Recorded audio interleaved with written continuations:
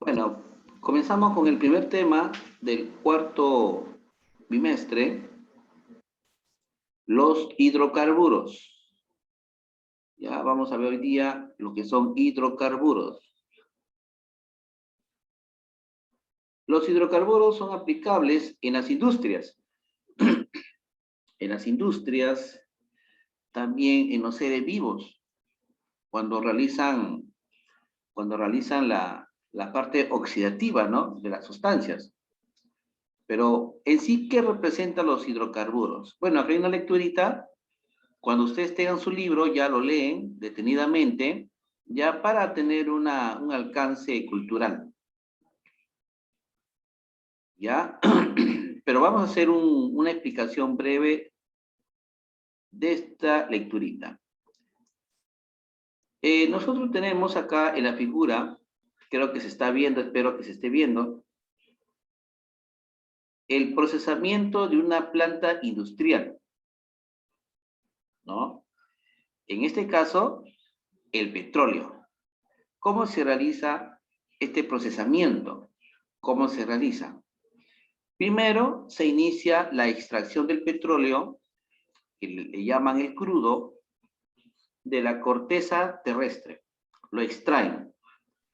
Le dicen crudo, ¿por qué? Porque el petróleo, cuando sale de la corteza, sale con muchos restos sólidos, restos de animales y de vegetales, inclusive. Y en la corteza, porque esto se encuentra a grandes temperaturas. Cuando la corteza terrestre se encuentra a grandes temperaturas, y se encuentra así, hace que todos los restos de animales y vegetales logren, logren cocinarse, ¿no?, dentro de la corteza terrestre. A altas temperaturas, estos restos se desintegran. Entonces, con el transcurrir de los años, esto se va a transformar a productos de mucha utilidad. Y este es el llamado petróleo crudo.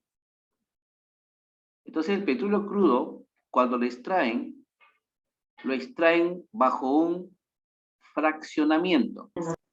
¿A qué se refiere? Cuando se extrae el petróleo, lo primero que se tiene que hacer es separar las sustancias sólidas de la masa en sí del núcleo, del petróleo, ¿no? Lo separan. Luego, una vez que lo separan, esta masa va a tener una triple separación, que es una separación de gases, otro de líquidos y otro de sólidos. En los líquidos, lo que se obtiene, ¿no?, es el petróleo en sí, y con el fraccionamiento que le aplican, se puede obtener otros líquidos importantes, como el caso del querosene, la gasolina, el diésel, no todo ello. En el fraccionamiento de gas, lo que se obtiene son muchos. Tenemos el metano, el propano, ¿no?, el gas que nosotros conocemos de cocina, ¿no?, pero ya tiene un procesamiento especial, ¿no? Entonces, estos gases se acumulan en ciertos dispositivos. Y los sólidos, como el caso de las parafinas, ¿no?, o sustancias como el caso de la brea, ¿no?, o otras sustancias que tienen aplicaciones en las construcciones de vías, como son carreteras, pistas, todo eso se utiliza. Entonces, este fraccionamiento, ¿no?, se da de esa manera. Entonces, creo que el día de mañana, les voy a pasar un videíto relacionado a cómo, o mejor lo voy a publicar, ¿ya? Para que ustedes lo puedan ver en la plataforma, ¿no? Les voy a publicar un videíto en la plataforma que relacione cómo se obtiene o cómo se extrae el petróleo de la corteza terrestre. Y también en ese video van a observar cómo se fracciona, ¿no?, el crudo en los 3 estados. Primero es el gas, luego es el líquido y después es el sólido. Así en ese orden. Todo por la densidad, ¿ya? El gas, como tiene una densidad menor, va a estar encima. Es lo primero que se va a extraer. Cuando se extrae el petróleo, los gases son los primeros que van a ser destilados. Luego, cuando llega los líquidos que tienen mayor densidad, estos van a ir inmediatamente. Y los sólidos, por tener mayor espesor, mayor densidad, esos van a estar al último. O sea, el último es donde se va a llegar. Entonces, estos gases a un aproximado de 27 a 30 grados Celsius se va a producir la destilación del propano, el gas licuado, ¿no?, etcétera. Luego ya vienen los líquidos, que es aproximadamente entre 90 grados a 180 grados aproximadamente. Entonces, esto llega a esa temperatura. En cuanto a los sólidos, ya se estimula de 210 grados Celsius y puede llegar hasta 350, mayor todavía. Y cuando nosotros queremos ese sólido que sea más compacto, entonces se tiene que someter a temperaturas extremadamente mucho más altas. ¿Ya? Entonces, esto es, ustedes están observando esta figura, todo relacionado a la extracción del petróleo, ¿no? El gas natural o naftas, el querosene y el gasoil. El gasoil se utiliza en los motores de combustión interna. El querosene se utiliza para fines de inflamación, donde queremos hacer que se emita el fuego. Y el gas natural, un combustible que se utiliza, como usted usted mismo lo utiliza, que es el gas de nuestras casas, ¿no? El gas de nuestras casas es el gas licuado, ya está preparado ya esos gases. ¿Ya, chicos? ¿Alguna pregunta hasta aquí? ¿Preguntas? A ver, por ejemplo acá, ¿qué se está observando aquí? A ver, ¿qué se está observando? Primero es el almacenamiento. Primero es el almacenamiento. ¿En qué consiste? Ahí van a almacenar todas las sustancias y residuos sólidos, ¿no? Restos de animales, vegetales y el líquido en sí. Luego pasa en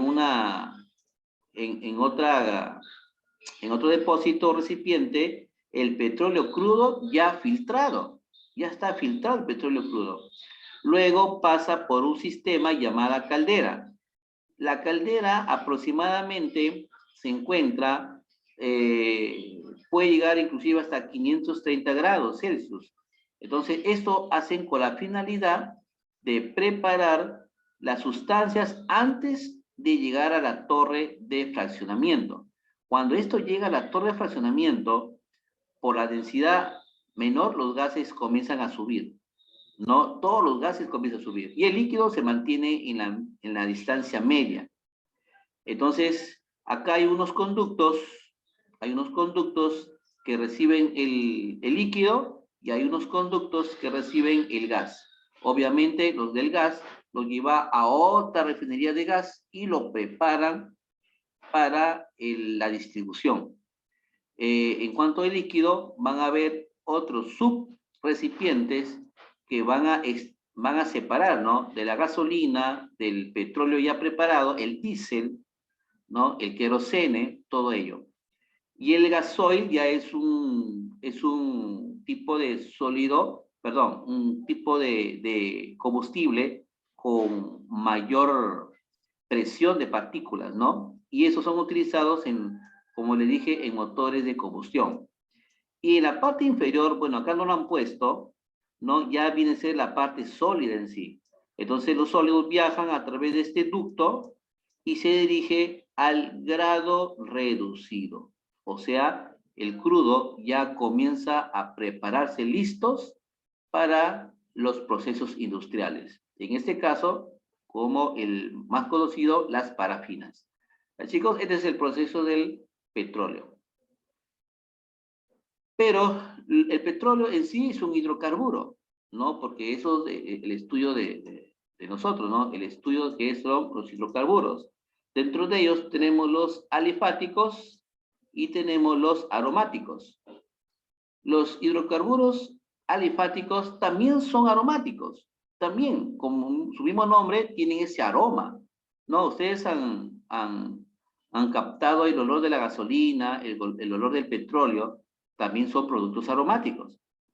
Dentro de ellos tenemos los hidrocarburos saturados y los hidrocarburos insaturados. Entre los hidrocarburos saturados que tenemos los alcanos y los cicloalcanos.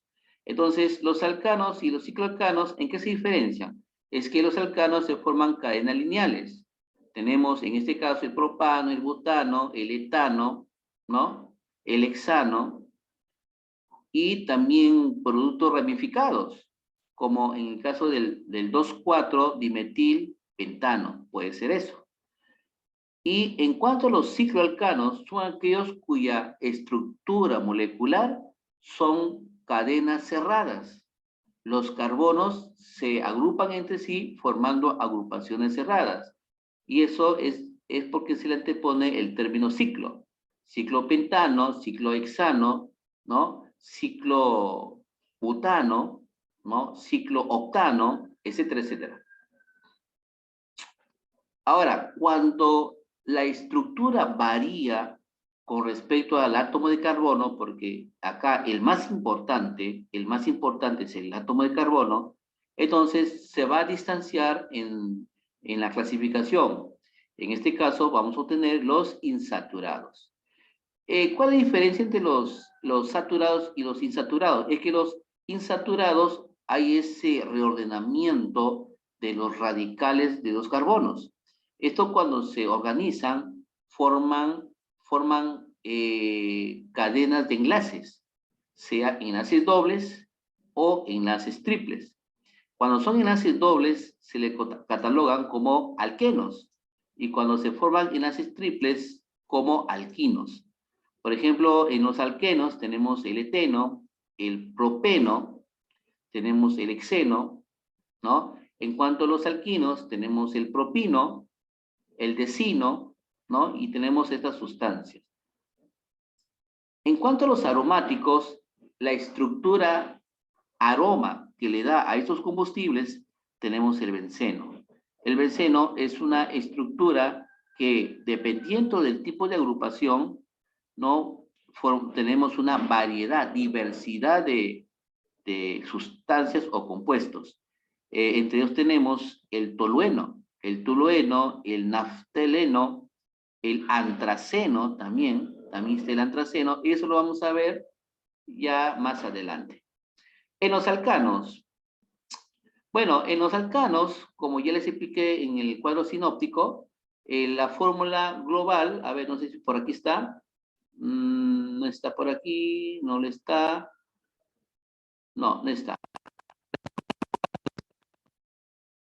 Es el CN, hidrógeno, 2N más 2. Estos son los alcanos. ¿Ya? Entonces el carbono tiene su índice N y el hidrógeno tiene 2N más 2. Ese sería su índice. Entonces todos ellos forman cadenas abiertas. Entonces de hoy en adelante todo va a ser trabajos abiertos. En cuanto a la reacción química, ¿no? Esto se hace por un tipo de sustitución, ¿no? En lo que era esa sustitución de las partículas. Pero en este caso, el que va a participar en ello van a ser 3 elementos, que es el cloro, que es el bromo y es el yodo. Entonces, cuando estos actúan con cualquier alcano, lo que hemos mencionado, estos se van a formar radicales. Pero ¿qué tipo de radicales? Ah, nosotros tenemos aquí un cuadrito, ¿no? Acá tenemos un cuadrito. Bueno, estos son los alcanos. Acá está el cuadrito de radicales, ¿no?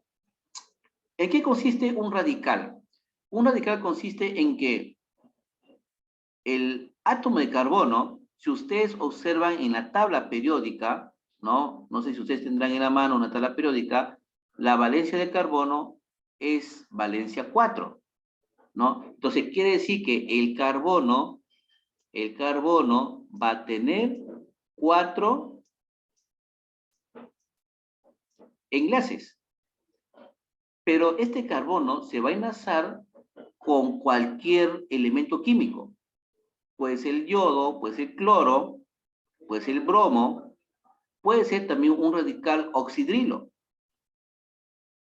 Pero el que más el que más lo acompaña en la formación de las cadenas de hidrocarburos es el hidrógeno. Entonces el carbono siempre está unido a 4 hidrógenos. Teóricamente, si nosotros utilizamos la geometría, ¿no? Acá se va a formar un tetraedro, ¿no? Ustedes saben el tetraedro, ¿no? Ahí vamos a dibujar un tetraedro por acá, un tetraedro. Ahí está, así más o menos, es un tetraedro. Acá tenemos un tetraedro. Los hidrógenos, ¿dónde se localizan? ¿Dónde se localizarían los hidrógenos? Bueno, los hidrógenos se localizarían acá, en los vértices. Un hidrógeno, otro hidrógeno, otro hidrógeno y el cuarto hidrógeno.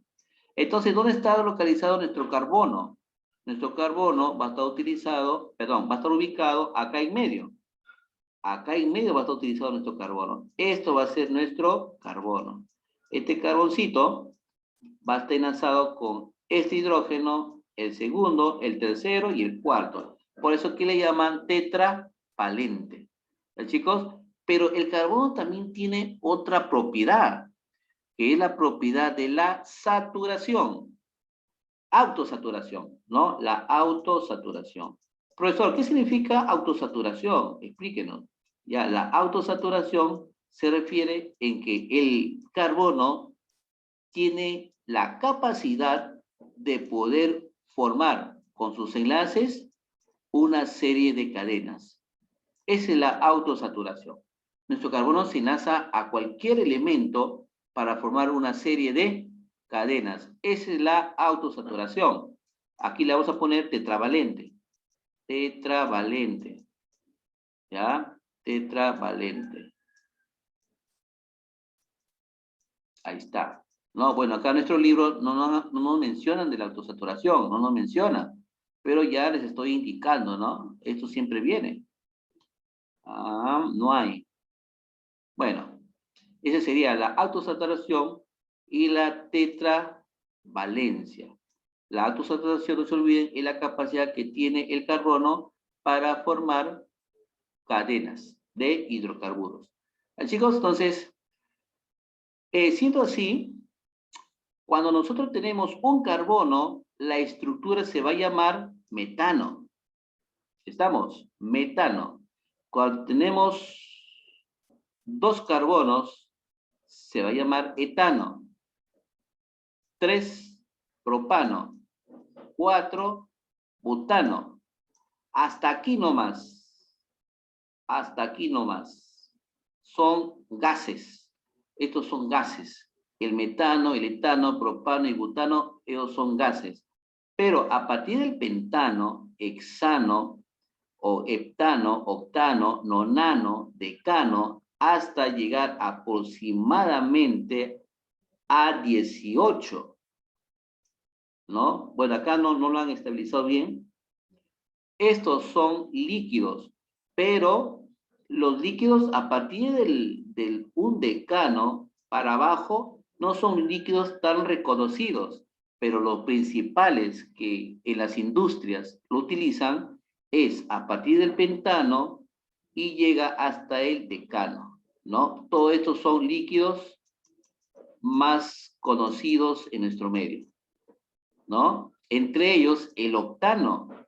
Ustedes han escuchado, por ejemplo, el octanaje, ¿no? Ustedes cuando han pasado por un grifo y ahí arriba dice 80 octanos, 90 octanos, 95 octanos, ¿no? ¿Qué significa eso? Significa que cada número representa el poder de detonación. Y profesor, ¿y qué cosa es el poder de detonación? El poder de detonación es la capacidad que tiene el combustible, o sea, el petróleo o la gasolina, es la capacidad de la explosión que se registra dentro de un motor de un vehículo, ¿no? Así es. Por ejemplo, hay uno de 94 octanos. ¿Qué significa? Que el 94 octanos tiene más poder de detonación que uno de 80 octanos. Entonces, esa es la diferencia. Pero al final, todos ellos son iguales, ¿no? Ese es lo que es la cadena, por la cadena de hidrocarburos, eso es lo que hace diferentes. Y los sólidos, hay sólidos que se consideran a partir del el hexadecano, ¿no? Hasta, sigue esto, ¿no? Tenemos el hexadecano, el heptadecano, octadecano, nonadecano, icosano, tricontano, tetracontano, pentacontano, o sea, hay varios, o sea, esto sigue. Sino que ya en este caso, nuestro texto no nos dice que hasta aquí nomás llegamos. Chicos, esto es lo que viene a ser con respecto al número de carbonos. Y su temperatura, ¿qué significa acá? Temperatura de ebullición. ¿Qué significa? Perdón, presión de ebullición. ¿Qué significa? Que a esta presión nosotros reencontramos estos líquidos presentes o estos hidrocarburos presentes. Acá ustedes están observando en la parte de la derecha, están observando la densidad de cada uno de ellos. Ahí está su densidad, ¿no? La densidad del hexano, del decano, ¿no? Acá también tenemos la presión bajo una temperatura, ¿no? ¿No? Acá también tenemos, por ejemplo, 25 grados y una atmósfera. ¿Qué significa 25 grados una atmósfera? Es que en el ambiente, en nuestro medio ambiente, la temperatura normal lo vamos a considerar 25 grados, pero la presión sí lo vamos a considerar una atmósfera. ¿Cuál es el problema? El problema es que si nosotros tenemos una máquina o un combustible y lo llevemos a, digamos, a Cerro de Pasco, donde se encuentra a 4.200 metros sobre el nivel del mar, ahí sí vamos a tener problemas, porque esto va a cambiar, e inclusive hasta la densidad va a cambiar. Entonces, todo esto, lo que les estoy mostrando es con respecto a los medios ambientales o a las condiciones ambientales, que es la temperatura a 25 grados y la presión a una atmósfera, o también equivalente a 760 milímetros de mercurio. ¿Ya, chicos? Entonces, esto sería, ¿no? A ver, vamos a ver por paso. Miren, yo les había dado una fórmula, el CnH2n más 2, ¿no es cierto? Y acá está el número de carbonos. A él lo voy a copiar acá. CnH2n más 2. A ver. Para el número 1, ¿cuál es? Miren, hay unos prefijos. Yo quiero que ustedes se familiaricen en estos prefijos. Los prefijos sí son fundamentales. Por ejemplo, apenas el MET, el ET, el PROP son prefijos. El BUT, el PEN, el EX, el EP, OC, el NON, el DEC. Ahí nomás lo dejamos. Miren, si ustedes se dan cuenta, los que están fuera del círculo terminan en ano. ¿Se dan cuenta?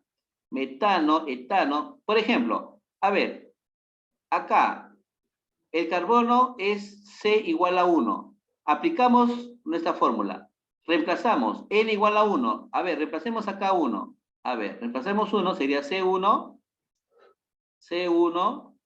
y H, a ver, reemplacen 2 por el valor de N, que vale 1, más 2. ¿Cuánto sale? A ver, por ahí. 2. ¿Cuánto sale? Reemplacen. C vale 1. Para C igual a 1, reemplazamos. Acá sería 1. ¿Cuánto sería? 2. 2 por 2. 1 más 2. ¿Cuánto es? 4. 4. Esta es la fórmula del metano. ¿Estamos? Esa es la fórmula del metano. A ver, el etano.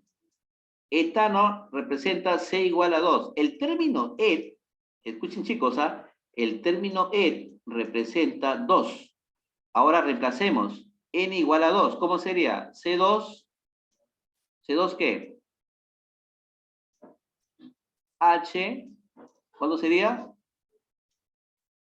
A ver, reemplacen. Este sería 2.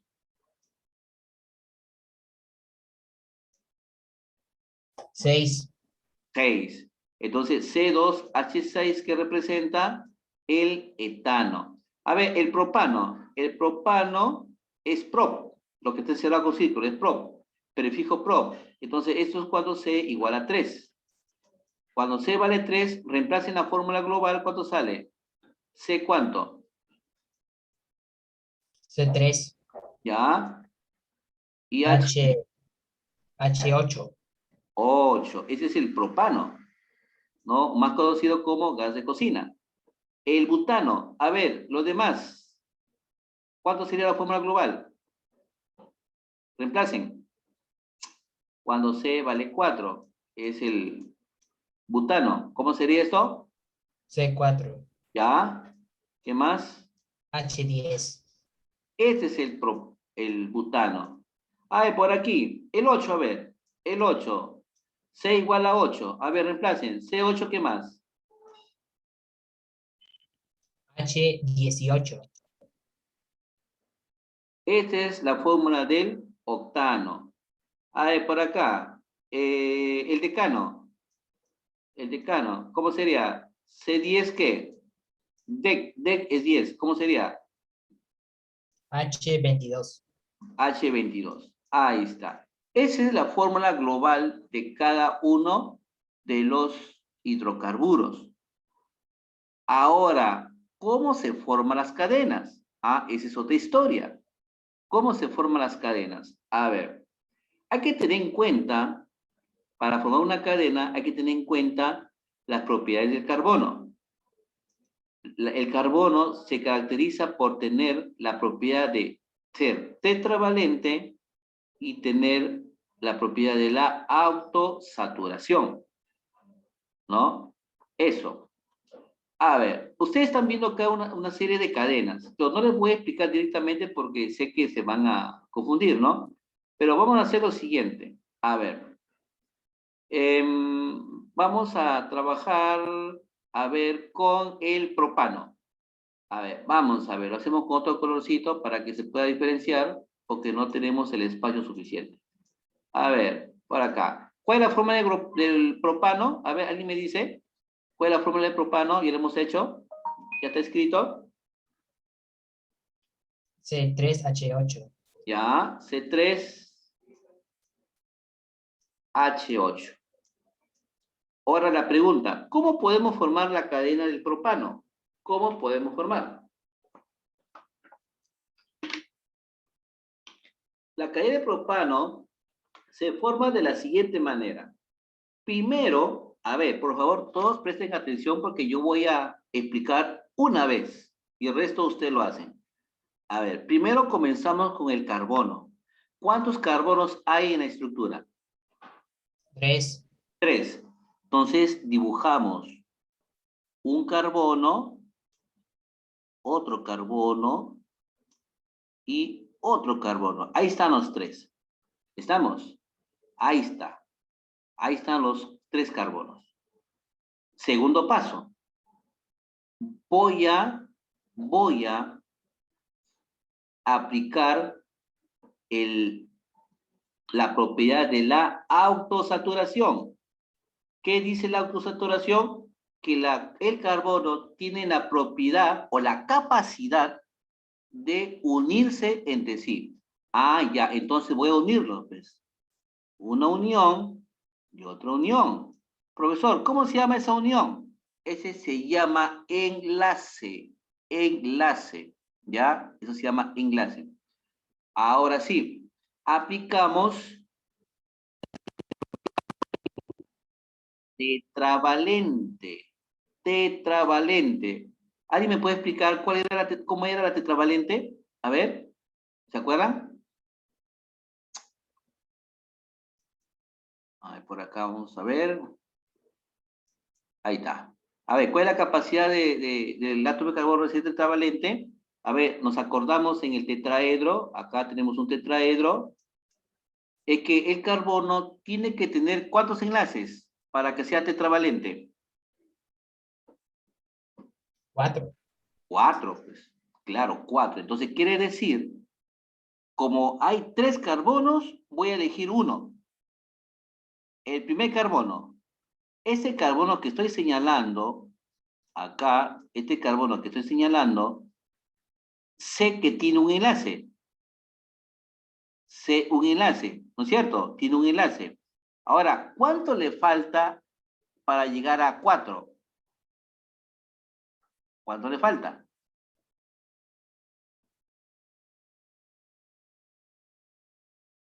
¿Mm?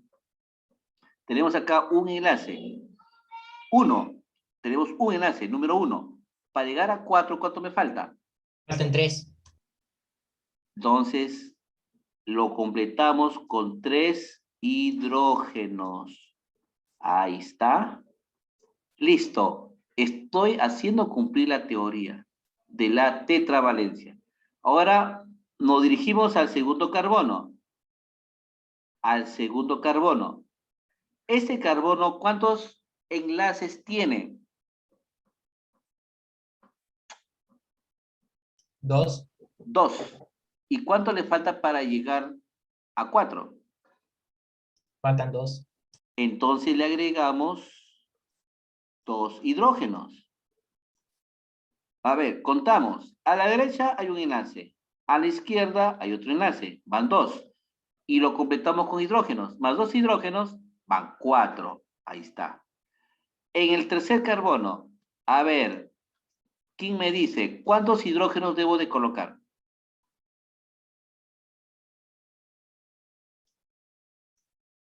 A ver, analicen. ¿Cuántos hidrógenos debo de colocar? 3. 3, pues. ¿Por qué? Porque este carbono tiene un enlace, el enlace a la derecha.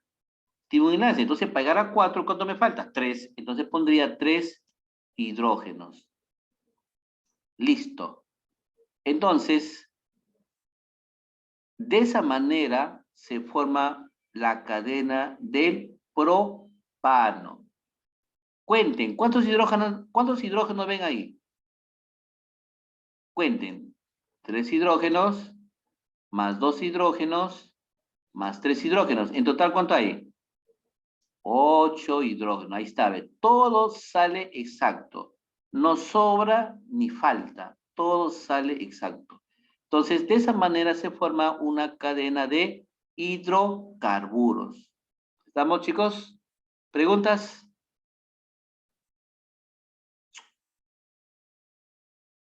A ver, ¿cómo formamos? A ver, por acá. Bueno, el C10 es bien largo. A ver, por acá, el butano. A ver, por acá lo hacemos. A ver, por acá, ¿cómo formamos el butano? ¿Cuántos carbonos debo de poner? A ver, vean la tabla, la tablita de butano.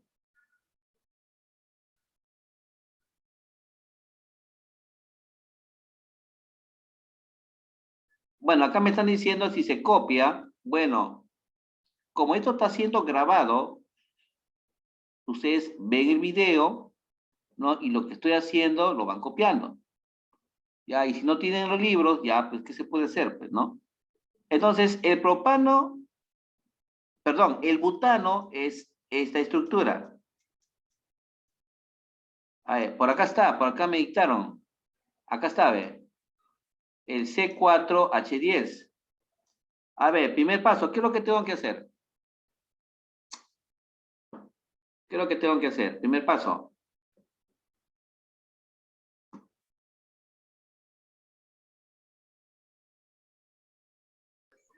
Profe, se le escucha como lejos.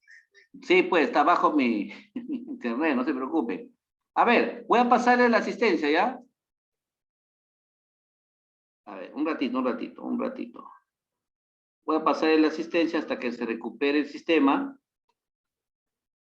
Sí, porque ya estoy, acá me están diciendo que mi nivel está bajo.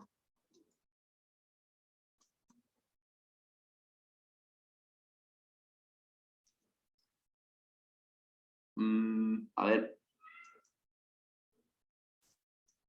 A ver, chicos, le estoy pasando ahorita la asistencia, por favor. Tienen que registrarse. A ver, me avisan si les llegó.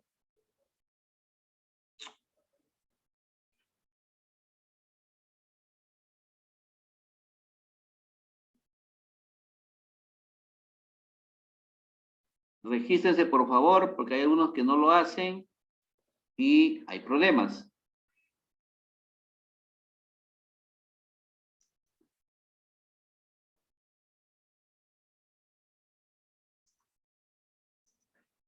Bueno, les decía que el butano tiene 4. 1, 2. Uy, no hay espacio. Ah, bajamos. 3 y 4. Ahí está, ven. Sus enlaces. Un enlace, otro enlace y otro enlace. Ese es porque tiene la propiedad de la autosaturación. Este carbono tiene 1, entonces lo completo con 3.